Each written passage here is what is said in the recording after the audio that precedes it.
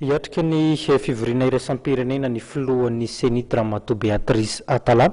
Araka izany dia handray anjara ao anatin'ilay fihaonana andiany faharoa ny vehivavy mampiasa ny teny frantsay ny tenany. Handray anjara amin'ny fihaonana andiany faharoa ny vehivavy mampiasa ny teny frantsay Ramatoa Beatrice Atala. Ny 3 sy 4 martsa ho avy izao no totsaina ny Kinshasa any Congo Démocratique io fihaonana iraisam-pirenena io. Ny vehivavy mandray anjara amin'ny fampandrosoana, ny fampidirana an-tsekoly ny vehivavy ary ny fampahafantarana ny zo fototra no lohahevitra dinihana mandritra ireo 2 andro ireo.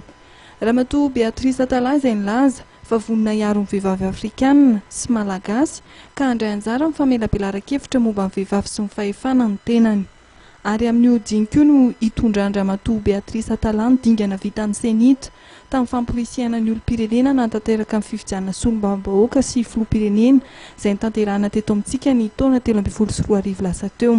Ramatoa Beatrice Atala izay nasain'ny Ramatoa Geneviève Inagozi Kasongo ministra misahana amin'ny fianakaviana sy ny ankizy ary Miralenta ao Congo.